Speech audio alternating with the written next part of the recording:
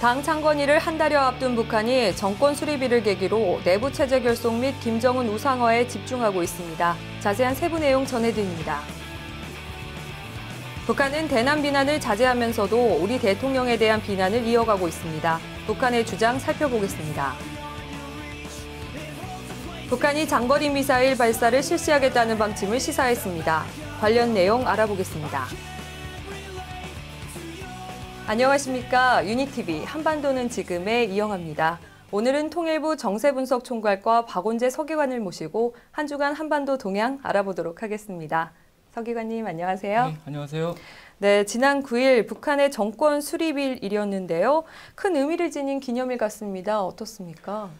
예, 그렇습니다. 대한민국 정부 수립일은 1948년 8월 15일이죠. 북한의 정권 수립일은 이보다 20여일 뒤인 1948년 9월 9일인데요. 지난 9일은 북한 정권 수립 67년이 되는 날이었습니다. 아시다시피 지금 북한의 당면 최대 목표는 10월 10일 당 창건 70주년 행사의 성공적 개최인데요. 당 창건 행사를 한 달여 앞둔 시점에서 정권 수립일을 계기로 북한 정권의 정통성을 선전하고 체제 결속을 위한 다양한 행사를 개최하였습니다. 네, 북한이 정권 수립일을 계기로 개최한 행사들이 궁금한데요. 자세한 내용 전해주시죠. 예, 먼저 북한은 기념일 하루 전날입니다. 9월 8일 인민문화궁전에서 정권 수립 67돌 기념 중앙보고대회를 개최하였습니다. 이번 행사는 당 창건일이라는 대규모 행사를 앞두고 예년보다는 다소 간소하게 진행한 것으로 보이는데요. 예상했던 대로 김일성, 김정일 업적 칭송과 함께 사회주의 체제 우월성 선전 및 김정은 결사옹위를 강조하는 데 대부분의 시간을 할애하였습니다.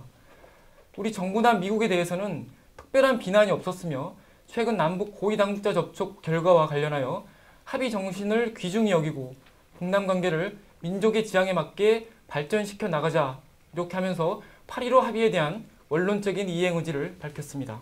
네, 정권 수립일을 전후해서요. 김정일의 현지 지도 활동 및 내부 체제 결속을 위한 행보도 계속되고 있는데요. 어떤 내용입니까?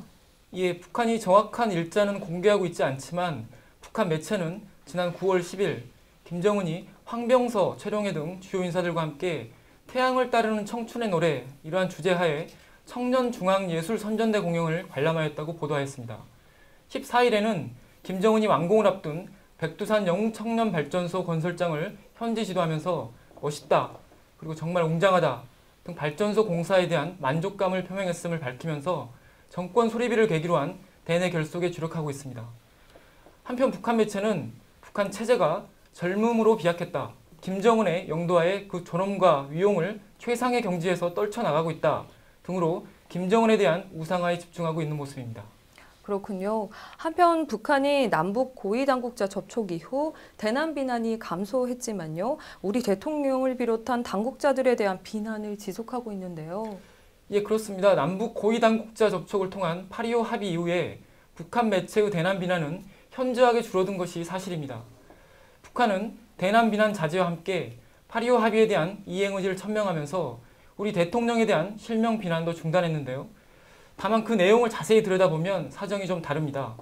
기존의 저열한 욕설을 포함한 실명 비난은 중단했으나 남조선 집권자 등으로 호칭하면서 그 내용상 우리 대통령의 행보에 대한 비난은 이어가고 있는 형국입니다.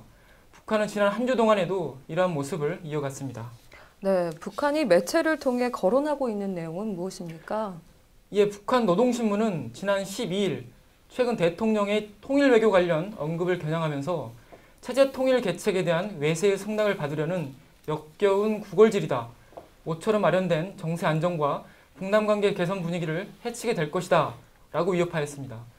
아울러 최근 대통령의 상해 임시정부 청사 대개관식 참석과 관련해서는 11일 역사학 학회 대변인 담화를 통해서 반역적 정체를 미화분식하는 행태다, 남조선 당국이 저들의 반역적 정체를 분출하고 그 누구의 지지를 얻어보려 한다 라고 하면서 비난을 퍼부었습니다.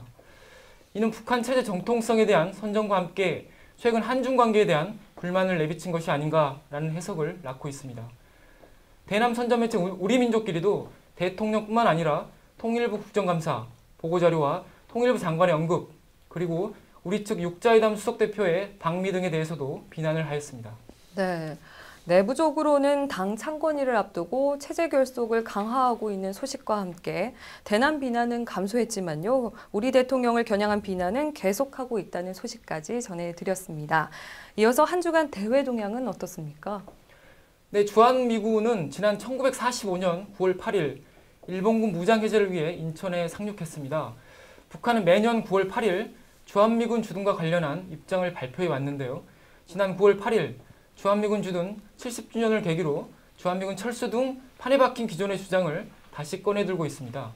노동신문 등 북한 주요 매체를 통해 미군의 남조선 강점은 그 어떤 경우에도 정당화될 수 없다. 핵전쟁 시한탄을 묻어놓은 범죄행위다. 남조선 인민들은 미군 철수 투쟁에 총 걸기해야 한다. 등 낡은 선전 공세를 이어갔습니다. 한편 북한은 인권 문제와 관련해서도 비난 입장을 내놓았는데요. 지난 10일 외무성 대변인은 중통 기자문답을 통해 미국의 북한 인권 문제 제기는 체제 전복 기도라면서 미국과 적대 세력들의 책동이 가중될수록 초강경 대응 의지는 더욱 거세질 것이다 라고 위협하였습니다. 향후 유엔 총회 등으로 국제사회의 북한 인권 문제 이슈화가 본격화될 것으로 보이며 북한의 인권 문제 관련 반발은 앞으로도 계속될 것으로 보입니다. 네. 그리고 북한이 당 창건일 계기 장거리 미사일 발사를 할 것인지가 최대 관심사 중 하나인데요. 북한이 관련 입장을 발표했죠. 예, 그렇습니다. 북한의 장거리 미사일 발사 여부는 미북 관계 악화를 포함한 국제사회의 추가 제재를 가져올 것이며 최근 남북 고위당국자 접촉을 통한 8.25 합의 이행과도 직결된 문제이기 때문에 당면하에 가장 중요한 문제입니다. 그런데 북한이 장거리 미사일 발사를 시사하는 듯한 언급을 해서 주목을 끌고 있습니다. 북한 국가우주개발국 국장은 우리 시각으로 9월 14일 밤 11시경에 조선중앙통신 기자답변 형식을 통해서 새로운 지구 관측 위성 개발이 마감 단계에 있다. 그리고 평화적 우주 개발은 주권 국가의 합법적 권리다. 나아가 세계는 성군 조선의 위성들이 우리 당 중앙이 결심한 시간과 장소에서 대지를 박차고 상공 높이 계속 날아오르는 것을 똑똑히 보게 될 것이다. 라고 언급하였습니다. 북한이 과거 3차례의 미사일 발사 시에는 구체적 발사 시점, 장소, 방향 등을 언급하였으나 이번에는 이러한 내용들이 없다는 점에서 발사에 대한 사전 예고라기보다는 명분 축적 등 미사일 발사에 유리한 여건 조성을 위한 포석으로 보입니다. 당분간 북한의 장거리 미사일 발사 준비 여부가 한반도 정세를 결정하는 분수령이 될 것으로 보입니다. 마지막으로 북한이 나선시 홍수 피해 복구와 관련된 소식을 계속 내보내고 있는데요. 관련 소식 전해주시죠. 예, 지난주에 박봉주 내각 총리가 수해 지역을 방문했다는 소식을 전해드렸는데요. 북한은 이번 주에도 나선시 홍수 피해 복구 관련 소식을 계속 내보냈습니다. 지난 10일에는 전국 각지의 나선시 홍수 피해 지원 사업을 보도했는데요. 내각 등이 마련한 건설 자재가 선봉역에 도착했다. 만수대 예술단이 생활 필수품 1000여 점을 전달했다. 등의 내용이었습니다. 지난 12일에도 나선시 공장과 기업소, 살림집 등에 대한 피해 복구 전투가 빠른 속도로 진척되어 주민 생활이 안정되고 있다라는 내용을 보도하였습니다. 네, 하루빨리 피해 주민들을 위한 복구가 마무리되길 바라봅니다. 한 주간 남북 관계와 북한 동향 자세히 알아봤습니다. 지금까지 통일부 정세분석총괄과 박원재 서기관과 함께했습니다. 서기관님 고맙습니다. 한반도는 지금 오늘 소식 여기까지입니다. 시청해주신 여러분 고맙습니다.